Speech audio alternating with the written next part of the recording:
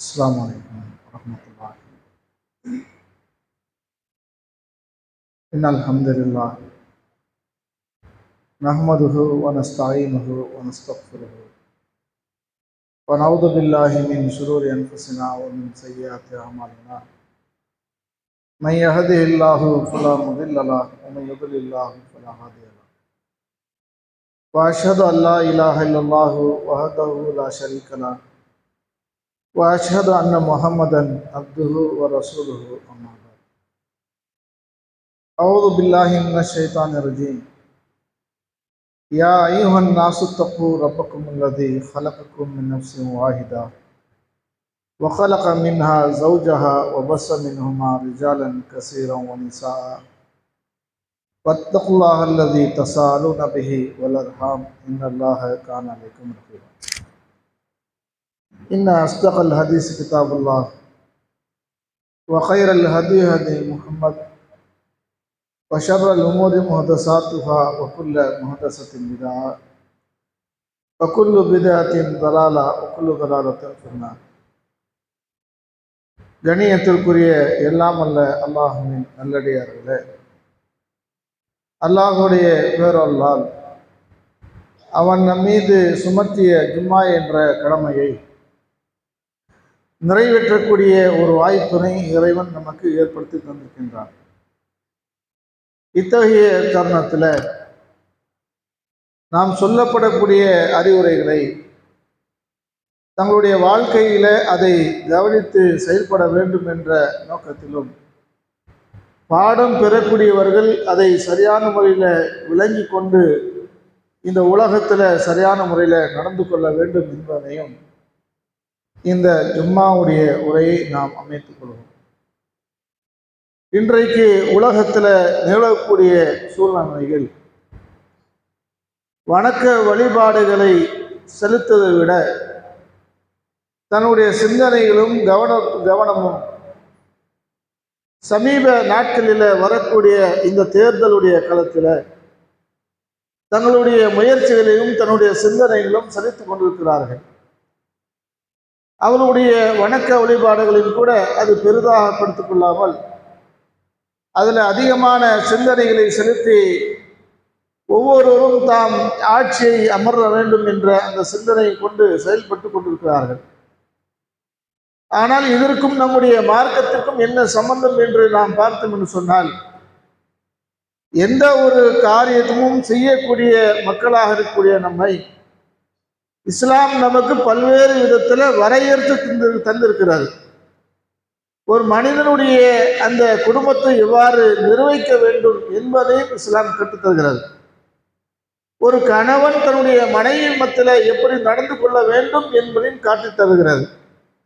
ஒரு பெற்றோர்கள் தன்னுடைய பிள்ளையுடைய விஷயத்தில் எவ்வாறு நடந்து கொள்ள வேண்டும் என்பதையும் இஸ்லாம் நமக்கு வரையறுத்து தருகிறது.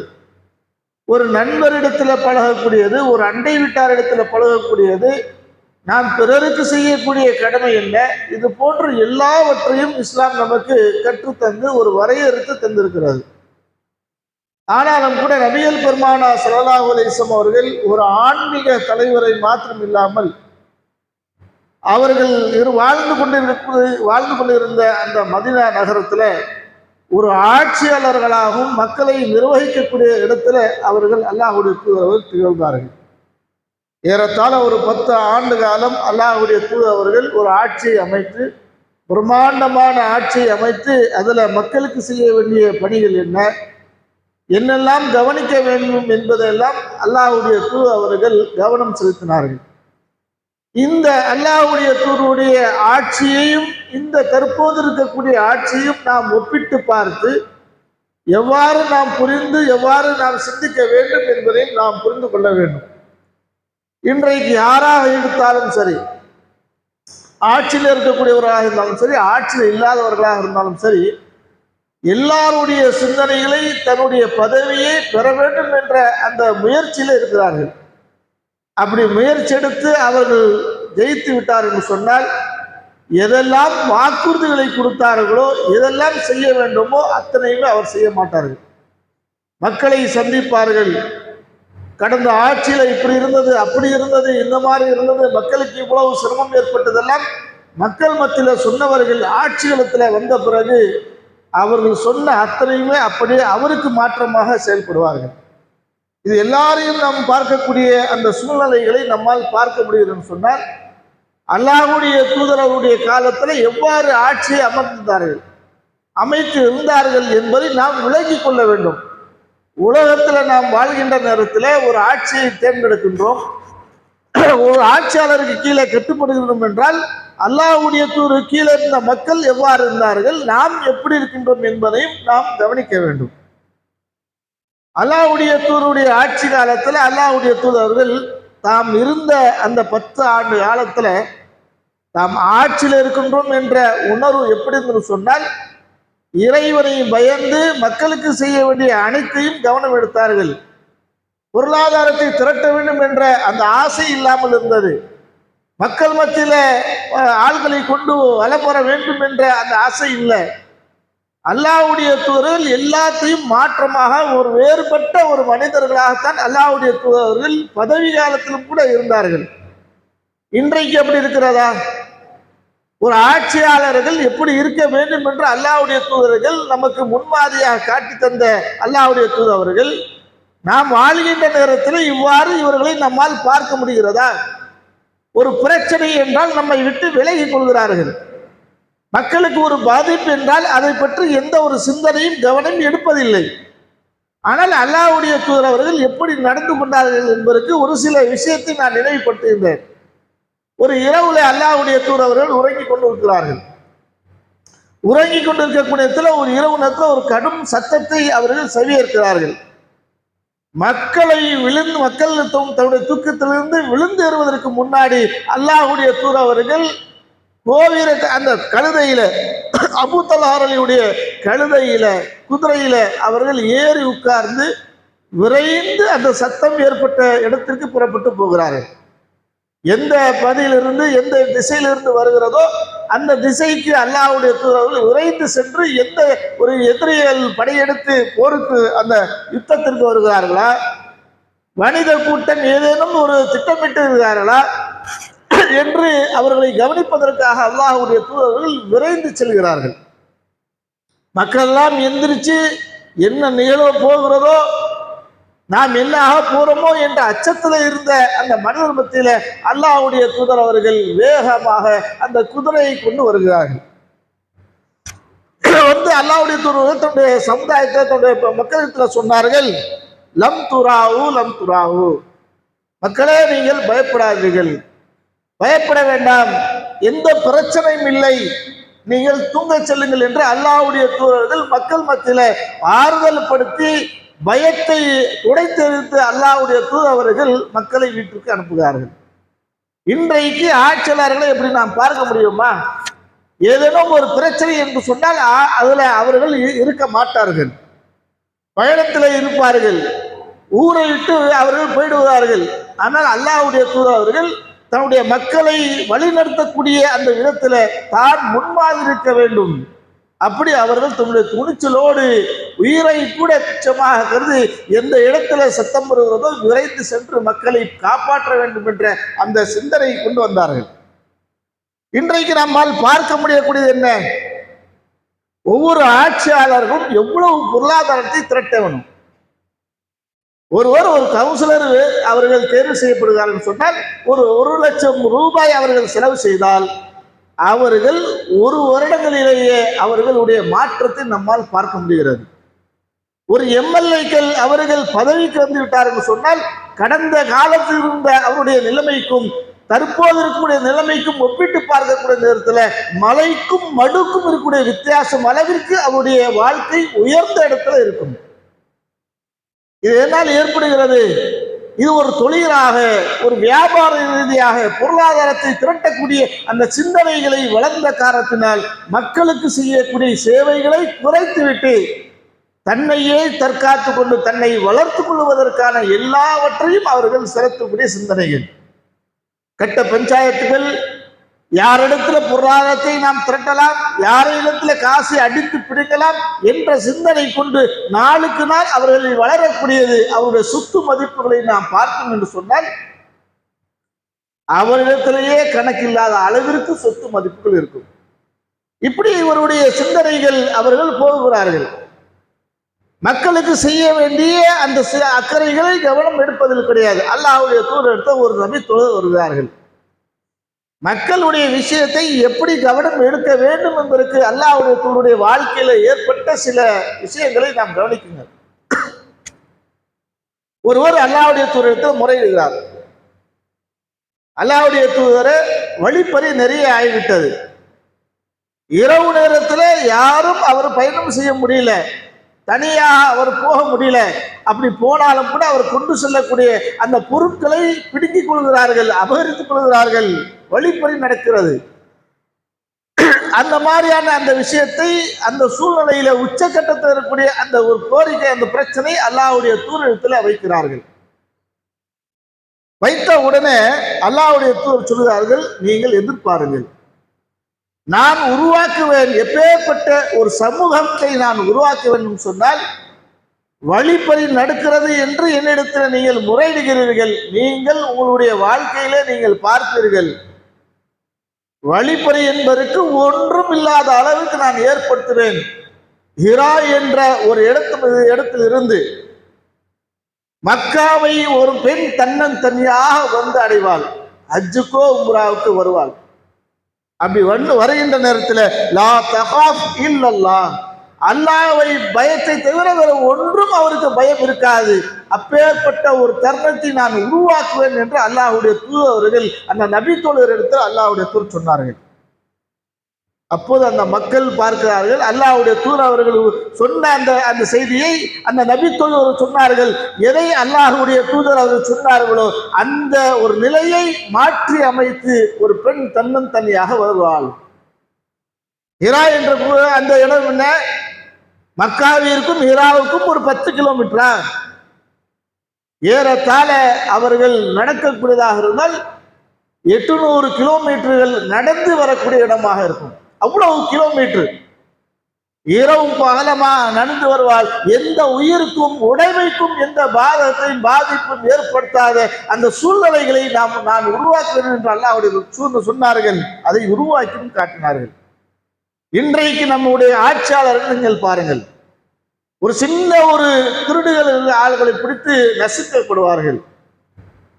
கடையில் கூட ஒரு சின்ன ஒரு பிஸ்கட்டை திருடி இருப்பான், அல்லது ஒரு சைக்கிள் திருடி இருப்பான், அவனை போட்டு நசுக்குவார்கள். லட்சக்கணக்கான ரூபாய்களை, கோடிக்கணக்கான ரூபாய்களை பறிப்பான், கொள்ளை அடிப்பான், திருட்டு மூலமாக கொண்டு செல்வான். அதை அனைத்துமே மூடி மறைப்பார்கள். நீங்கள் நினைத்து பாருங்கள், சேலத்திலிருந்து ஒரு சென்னைக்கு செல்லக்கூடிய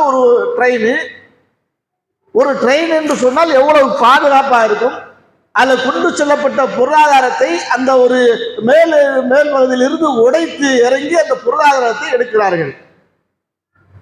இது நமக்கு என்ன தெரிகிறது? ஒரு வாகனம் செல்கிறது என்று சொன்னால் அத்தனை பாதுகாப்பாக செல்கிறது.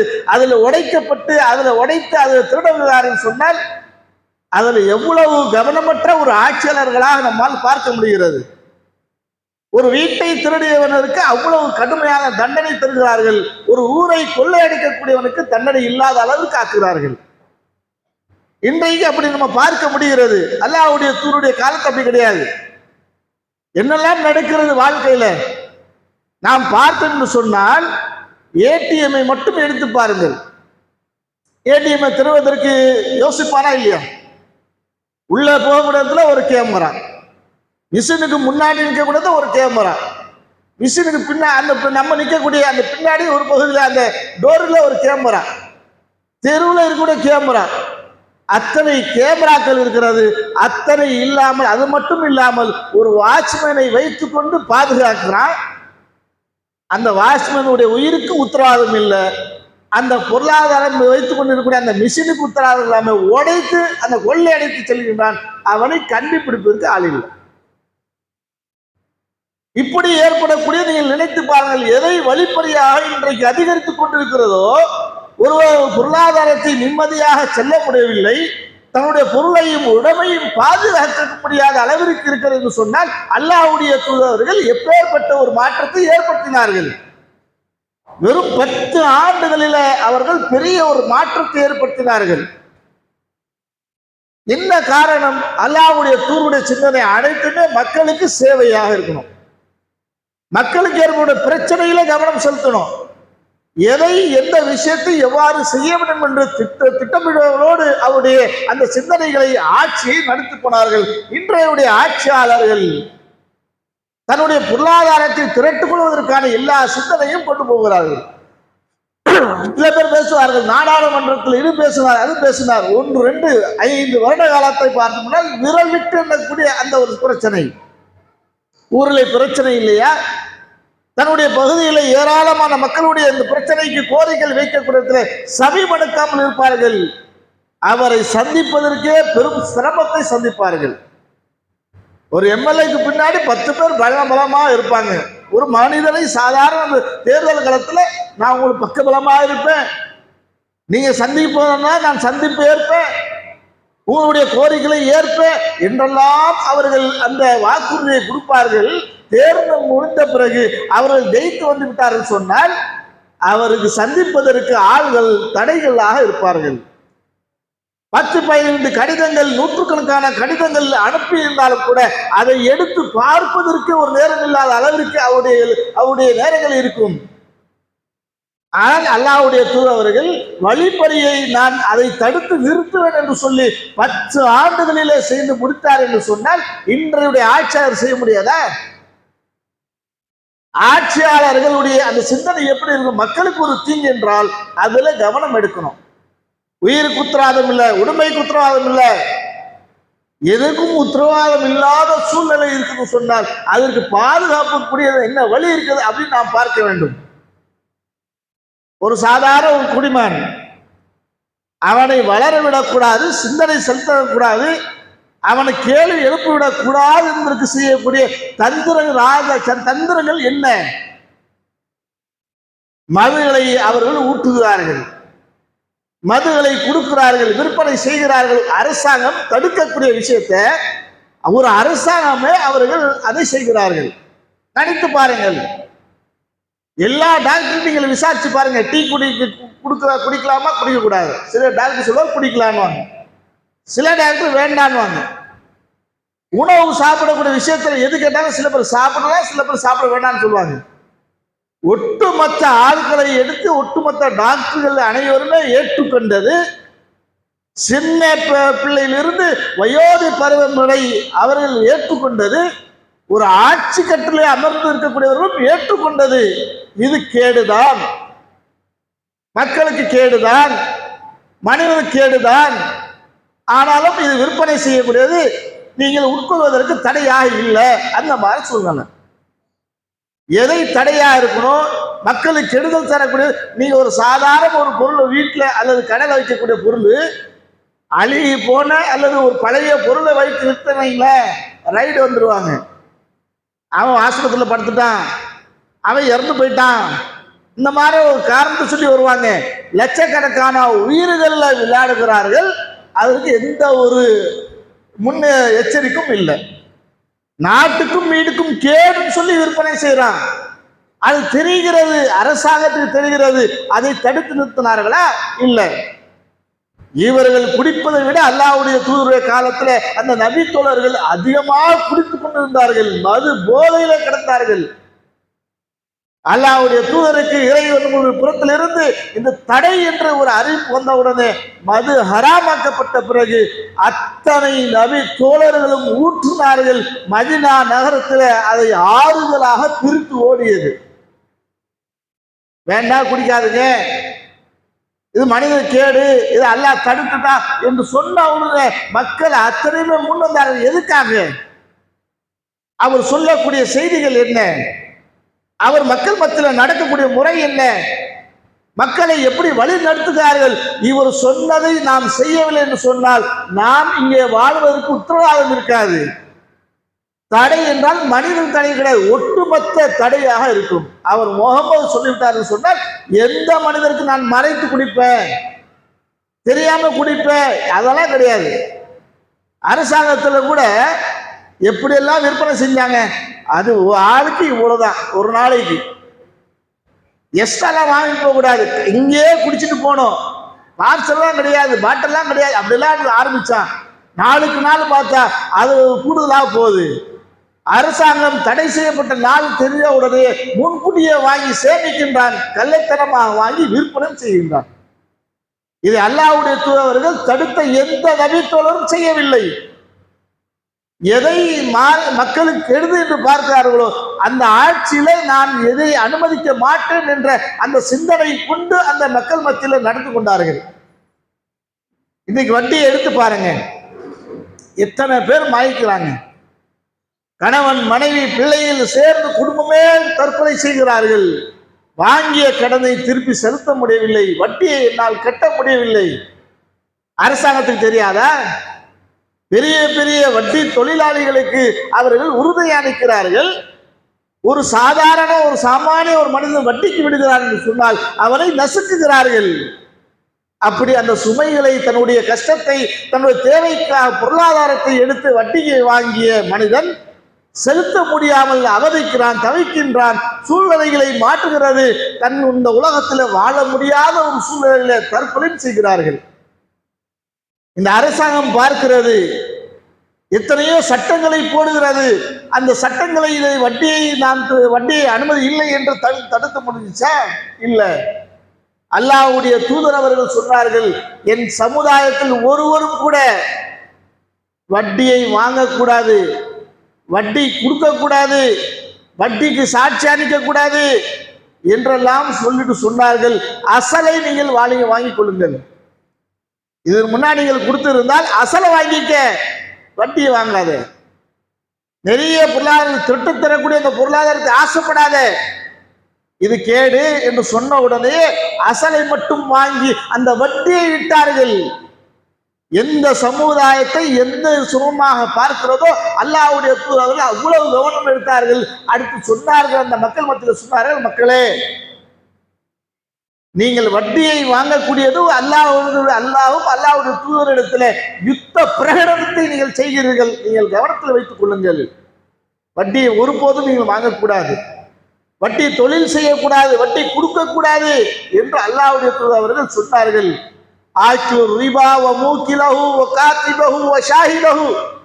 வட்டி வாங்குபவன், வட்டி கொடுப்பவன், வட்டி சாட்சியாக இருக்கக்கூடியவன், வட்டியை துணைப்போவன், அனைத்தும் அல்லாஹ் லானத் செஞ்சிருக்கிறான்.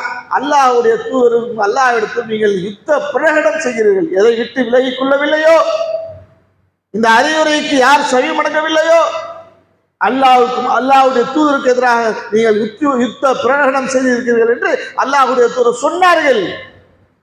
வட்டி இல்லாத ஒரு சமுதாயத்தை அல்லாஹ்வுடைய தூதர் உருவாக்கினார்கள். இந்த சமுதாயம் நீங்கள் பாருங்கள், ஒரு ஆட்சியாளர்கள் எதையெல்லாம் கவனிக்க வேண்டுமோ, எதெல்லாம் மக்களுக்கு கஷ்டமாக தெரிகிறதோ அதுல கவனம் செலுத்துகிறார்களா? இல்ல. அல்லாஹ்வுடைய தூதர் அவர்கள் உருவாக்கிய நபி தோழர்களையும் கூட தன்னுடைய வாழ்க்கையில நான் சரியான முறையில் இருக்க வேண்டும் என்பதற்கு, மறுமையில நான் ஒரு குற்றவாளிகளாக நிறுத்தப்படக்கூடாது என்பதற்கும் அக்கறை எடுத்தார்கள்.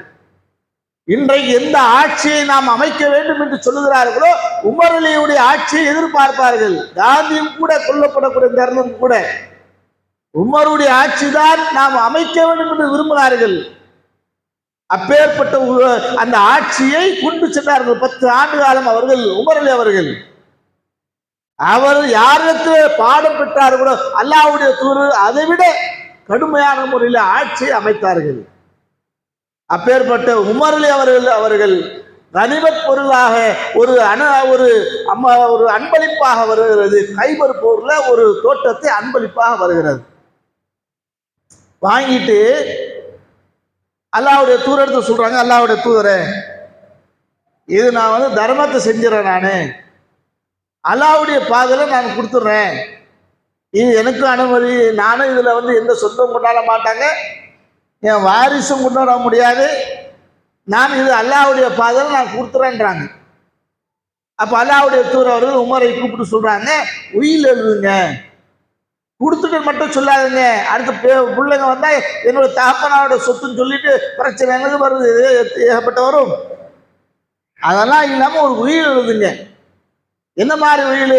இது அன்பளிப்பு செய்யப்பட்டுதா, இது என்ன செய்யக்கூடாது என்பதை நீ எழுது.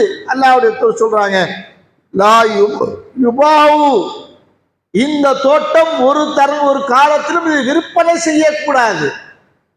அல்லாஹ்வுடைய தூதர் அவர்கள் உமர் அலிக்கு சொல்லப்படக்கூடிய அறிவுரை. நீ அல்லாஹ்வுடைய பாதையில நன்மைக்காக நீ கொடுக்குற, மறுமையில் அவருடைய கூலியை பெற வேண்டும் என்று எதிர்பார்க்கிற. சரி, நீ என்னன்னு எழுத வேண்டும் என்றால் லா யுபாவு, இது விற்பனை செய்யக்கூடாது. எந்த தருணம் வந்தாலும் கூட விற்பனம் செய்யக்கூடாது. வலா யூஹபு, ஒரு அன்பளிப்பும் யாரும் கொடுத்துடக்கூடாது. எந்த ஆட்சியாளராக வந்தாலும் யாருக்கும் அன்பளிப்பு கொடுத்து விடக்கூடாது.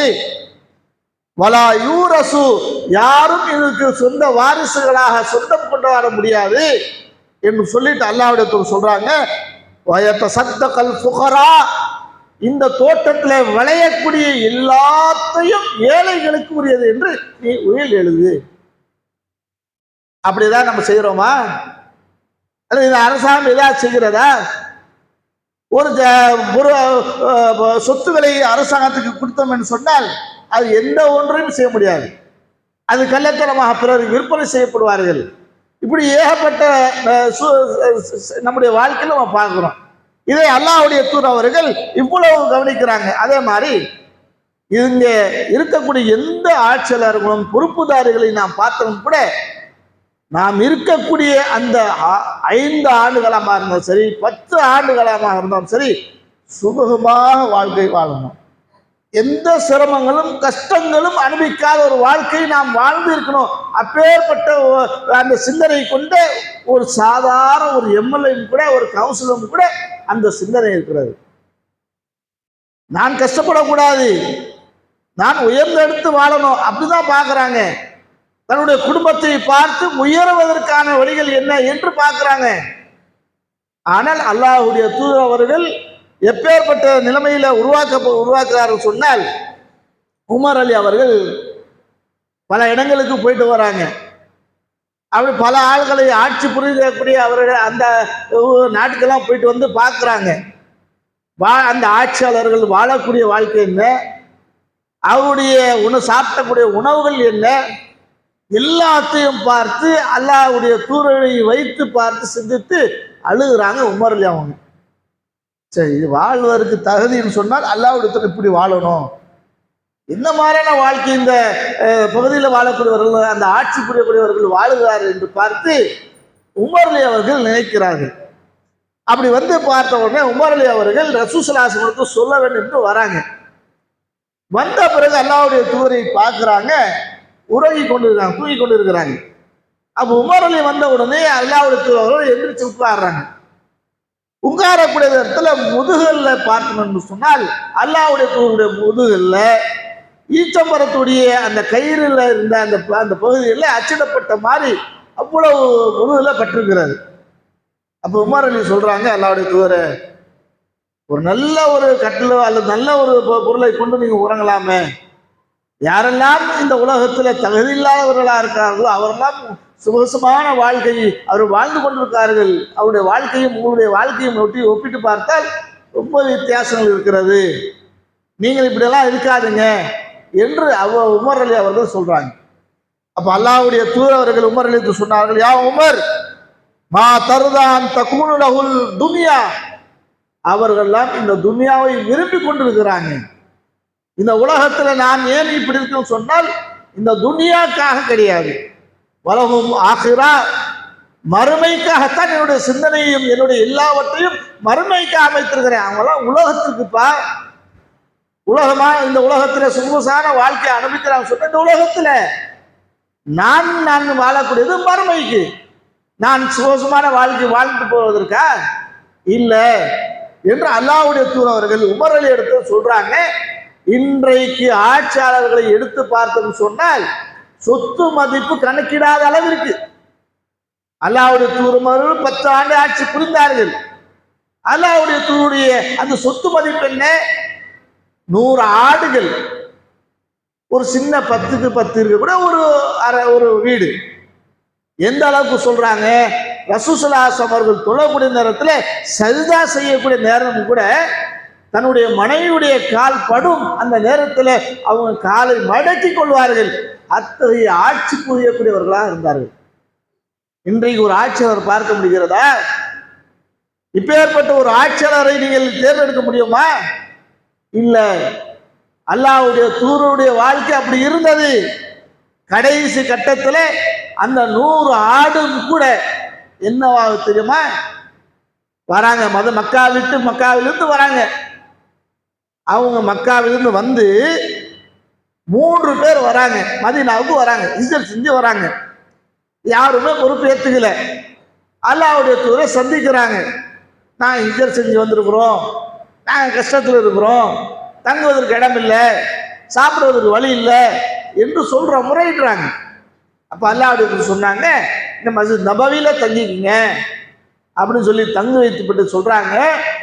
உங்களுக்கு உணவும் கூட 3 பேருக்கு உணவு வேணும்னா இந்த ஆடுகள் இருக்கிறது, ஆட்டுல நீங்கள் பால் கறந்து 4ஆக நீங்கள் பிரிக்கணும்.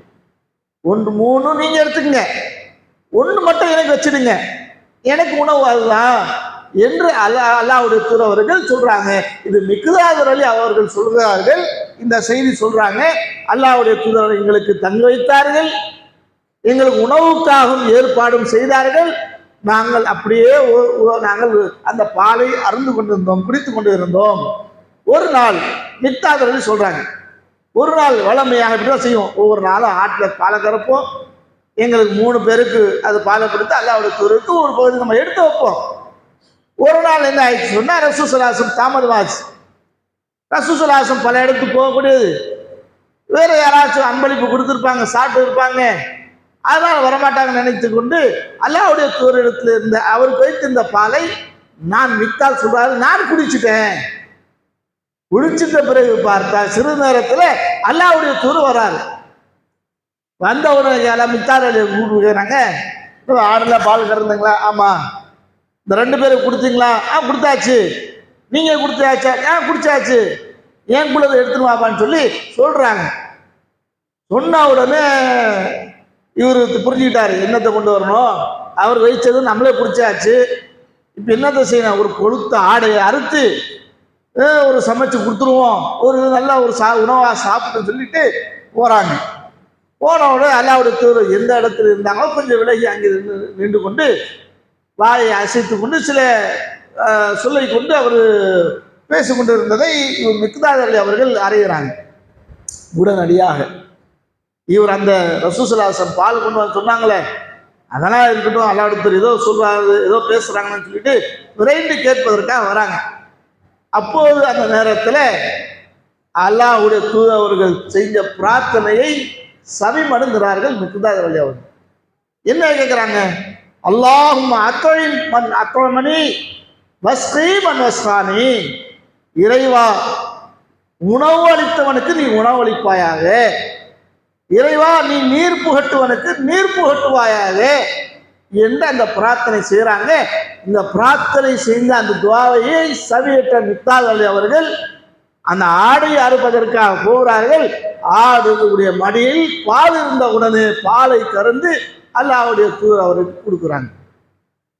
கொடுத்த உடனே இவருக்கு சந்தோஷம் தாங்க முடியல. மிக்தாத் அலி அவருக்கு குடிச்சிட்ட பிறகு மிக்தாத் அலி அவர்களுக்கு அல்லாஹ்வுடைய தூதர் கொடுக்குறாங்க, இது நீனே குடிச்சுக்கப்ப. குடிச்சிட்டு வந்து சிரிக்கிறார். சிரிச்ச உடனே அல்லாஹ்வுடைய தூதர் கேட்குறாங்க, என்ன நடந்துச்சு, எதுக்காக நீங்கள் இது மாதிரி சிரிக்கிறீங்க அப்படின்னு. இல்லை அல்லாஹ்வுடைய தூதரை, எங்களுக்கு இடம் இல்லை, தங்குவதற்கு இடத்தை கொடுத்துங்க, சாப்பிடுறதுக்கு வழி இல்லைன்னுங்க, இந்த 100 ஆட்டை வச்சுக்கிட்டு அந்த பாலை கந்து குடிச்சுக்கிட்டாங்க, இவ்வளவு வசதிகளும் நமக்கு ஏற்படுத்தி கொண்டு நாம் வளமையாக 3 பேர் குடிச்சிட்டு உங்களுக்கு வச்சுட்டு இருப்போம். இன்னைக்கு என்ன ஆச்சு சொன்னா, 2 பேர் குடிச்சு தூங்கிட்டாங்க, நான் மட்டும் தான் வச்சிருந்தேன். நானும் குடிச்சிட்டு உங்க பகுதி உங்களுடைய அந்த பங்கை வச்சிருந்தேன், நீங்க வர தாமதமாக நான் நினைச்சுட்டு நானும் குடிச்சிட்டேன். அது நீங்க வந்த உடனே என்னுடைய சூழ்நிலை ஒரு மாதிரி இருந்துச்சு, என்ன செய்யணும் ஒன்றும் புரியல, ஒரு ஆட்டை அறுத்தலாம நினைச்சேன். நீங்க கேட்ட துவா இந்த ஆட்டை அல்லாஹ் கொடுத்துட்டான்னு சொல்லிட்டு கொடுத்த பிறகு எல்லாத்தையும் நீ ஏப்ப கொடுத்து அவங்களுக்கு கொடுத்துருக்கலாம்னு சொல்லி சிரிச்சுட்டு அல்லாஹ்வுடைய தூதர் சொன்னார்கள். எவ்வளவு பணி அங்கே இருந்தது. நம்ம ஆள இருந்தா ஒரு கவுன்சிலரா இருந்தா ஒரு எம்எல்ஏ இருந்தா என்ன சொல்லுவான், ஃபர்ஸ்ட் இடத்த காலி பண்றான், பணி இருக்குமாங்க, நிதானத்தை பார்க்க முடியுமா, கோபத்தையும் ஆத்திரத்தையும் பார்க்க முடியுமா. அங்கே அல்லாஹ்வுடைய தூதர் தனக்கான உணவுகளும் கூட உட்கொண்ட அந்த நபி தோழரை பார்த்து புன்னகையோடு சொன்னார்கள், நீ அவனுடைய உணவுகளும் நீ பறிச்சு சாப்பிட்டேப்பா அப்படின்னு அல்லாஹ்வுடைய தூதர் சொன்ன அந்த செய்தியை சஹீஹ் புகாரி மற்றும் புத்தக ஏடுகளில் பதிவு செய்யப்பட்டு சொன்னார். ரசூல் ஸல்லல்லாஹு அலைஹி வஸல்லம் பணிவு அப்படி. ரசூல் ஸல்லல்லாஹு அலைஹி வஸல்லம் 100 ஆடு இருந்துச்சுட்டா ஒவ்வொரு நேரங்களும் ஒரு ஆட்டை 100 குட்டி போடும். குட்டி போட்ட ஆடை கொண்டு போயிட்டு அதை எடுத்து விற்பனை செய்வாங்க அல்லது சாப்பிடுவாங்க. 100 ஆடு குறையாம இருக்கும்.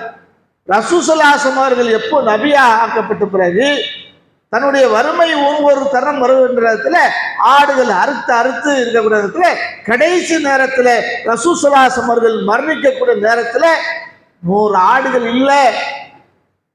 ரசூல் ஸல்லல்லாஹு அலைஹி வஸல்லம் சொத்தா இருந்த அந்த ஆடு இல்லை, ஒரு தோட்டம் இருந்தது. அதே கைபர் போர்ல கிடைச்ச தோட்டம். அந்த ஆடுகளும் இல்லாத தரத்தில் தன்னுடைய உணவுக்காக ஒரு ஆட்சியாளர் ஒரு ஜனாதிபதியுடைய லெவல் என்ன, ஒரு கவுன்சிலுடைய ஆளை நம்ம பார்க்க முடியும், அவனுடைய வாழ்க்கையை மாற்றி இருக்கும். ரசூல் ஸல்லல்லாஹு அலைஹி வஸல்லம் ஜனாதிபதி எடுத்து இருக்கிறாங்க. அவருக்கு இந்த 100 ஆடுடைய ஆடு இல்லை. கடைசியில 60 படி கோதுமைக்கு ஒரு தலை கவசத்தை வைத்து கொண்டு அல்லாஹ்வுடைய தூதர்கள் யூதரிடத்துல உணவு வாங்கி உட்கொண்டார்கள். அப்பேற்பட்ட அல்லாஹ்வுடைய தூதருடைய வாழ்க்கை அப்படின்னு சொன்னால் யாரும் எந்த ஆட்சியாளரும் செய்ய முடியாது, அந்த அளவுக்கு செய்தார்கள். அதே மாதிரி ரசூல் ஸல்லல்லாஹு அலைஹி வஸல்லம் அந்த சொத்தை, எந்த சொத்தை எதை தன்னுடைய சொத்தாக இருந்ததோ அதை அவர்கள் சொன்னார்கள், ஜஅல லி பிஸ்ரி சபீ சதகா, அந்த தோற்றமும் யாரும் என்னுடைய வாரிசுகளாக ஆக்கக்கூடாது என்று சொன்னார்கள். இது சதகாவாக நான் செய்கிறேன், இது அன்பளிப்பு ஒரு அந்த சதகாவாக நான் பண்றேன்னு சொல்லி ரசூல் ஸல்லல்லாஹு அலைஹி வஸல்லம் அவர்கள் செய்தார்கள். அவருடைய வாழ்க்கை எப்படி இருந்தது, நம்முடைய ஆட்சி புரியக்கூடியவர்களுடைய நிலைமை எப்படி, ஒரு பணியும் இல்லை, மக்களை சந்திக்கக்கூடியது இல்லை, எந்த கோரிக்கைகளை முன்வைத்து ஆட்சி அமர வேண்டும் என்று ஆட்சி அமைத்த பிறகு எந்த ஒன்றையும் செவிமடங்காமல் இருக்கிறாங்க. அல்லாஹ்வுடைய தூதர் எல்லா மக்களுடைய அந்த கஷ்டத்தை போக்குவதற்கான வழிகளை அமைத்தார்கள். அப்படி யாரெல்லாம் ஆட்சி பொறுப்புக்காக விரும்புகிறார்களோ அல்லது யாரெல்லாம் அந்த ஆட்சிக்காக நிற்கிறார்களோ இதெல்லாம் பாடம் பெற வேண்டும்.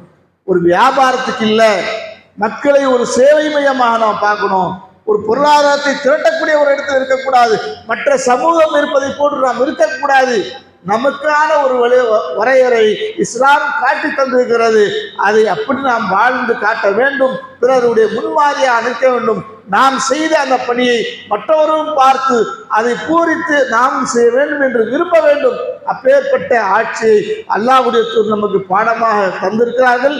அந்த பாடத்தை புரிந்து நடக்கக்கூடிய நன்மக்களா அல்லாஹ் உங்களையும் இணையமாக்க புரிவானாக.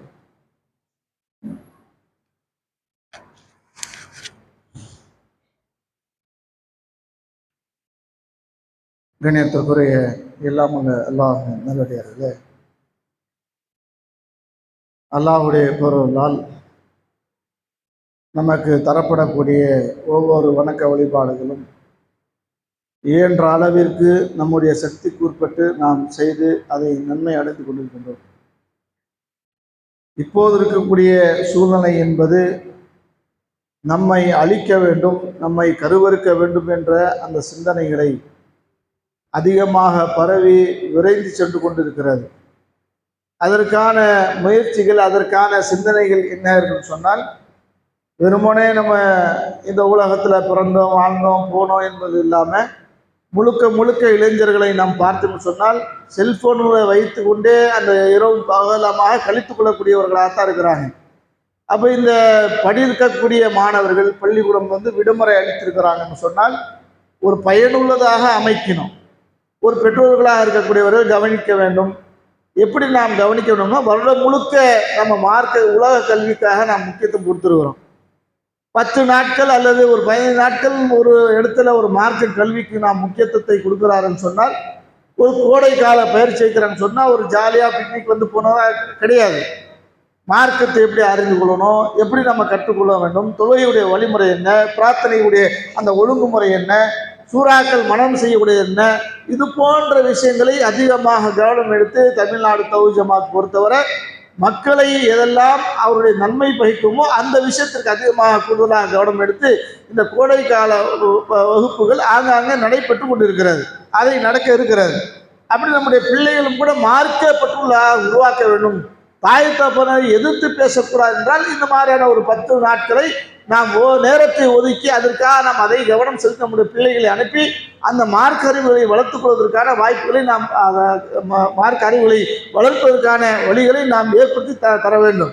அடுத்து என்ன, ஒவ்வொரு வருடங்களும் சில செய்திகள் நம்முடைய காதில் விழக்கூடிய நேரத்தில் ஒரு அசம்பாவிதம் நடக்கக்கூடியது. பிள்ளைகள் அவர்கள் விடுமுறை நாட்களில் தாய் தகப்பனுக்கு சொல்லாமல் வெளியே செல்லக்கூடியது, குளத்துல குளிக்கிறேன் ஆற்றுல குளிக்கிறேன்னு சொல்லிட்டு தன்னுடைய உயிரை இழக்கக்கூடிய ஒரு சூழ்நிலை தருணங்கள்லாம் இருக்குதுன்னு சொன்னால் அதெல்லாம் நம்முடைய பெற்றோர்கள் கவனிக்க வேண்டும். ஒரு 10 நிமிடம் இல்லை என்றாலும் கூட பிள்ளை எங்கே இருக்கிறான், எங்கே போயிருக்கிறான் என்றெல்லாம் கவனிக்க வேண்டும். என்னன்னு சொன்னால் ஃப்ரெண்ட்ஸ்களோட நண்பர்களோடு அவருடைய அந்த நேரத்தை செலவு செய்ய வேண்டும் என்று விரும்பி போய்விட்டார்கள் சொன்னால் எங்கே வேணாலும் போகலாம். ஆற்றுக்கு போகலாம், குளத்துக்கு போவாங்க. யாரும் கட்டுப்பாடுகள் போடக்கூடிய அளவில் இல்லாமல் இருக்கிறாங்க. அதையும் கூட பெற்றோர்கள் இந்த விடுமுறை நாட்களில் அதிகமாக கவனம் எடுக்க வேண்டும் என்பதை ஒரு செய்தியாக நாம் வைக்கின்றோம். அடுத்து என்ன, வெயிலுடைய வெப்பம் நாளுக்கு நாள் அதிகரித்திருக்கக்கூடிய நேரத்தில் பிள்ளைகளுடைய விஷயத்தில் வெளியில் செல்லாத அளவிற்கு பிள்ளைகளுக்கு எதெல்லாம் ஊக்குவிக்க முடியுமோ அது போன்ற நிகழ்வுகளை தன்னுடைய வீடுகளை அமைத்து கொடுத்து அவர்களை வெளியிலே செல்லாத அளவிற்கு நீங்கள் அமைத்து தர வேண்டும். இதை தன்னுடைய பிள்ளைகளை விடுமுறை நாட்களில் ஒரு பயனுள்ள ஒரு நாட்களாக நாம் அமைத்து அதை நம்முடைய பிள்ளைகளை வளர்க்க வேண்டும். அத்தகைய சிந்தனையோடு நடக்கக்கூடிய நன்மக்களாக அல்லாஹ் உங்களையும் என்னையும் ஆக்கி அருள் புரிவானாக. வாஹிர் தவானா அல்ஹம்துலில்லாஹி ரப்பில் ஆலமீன்.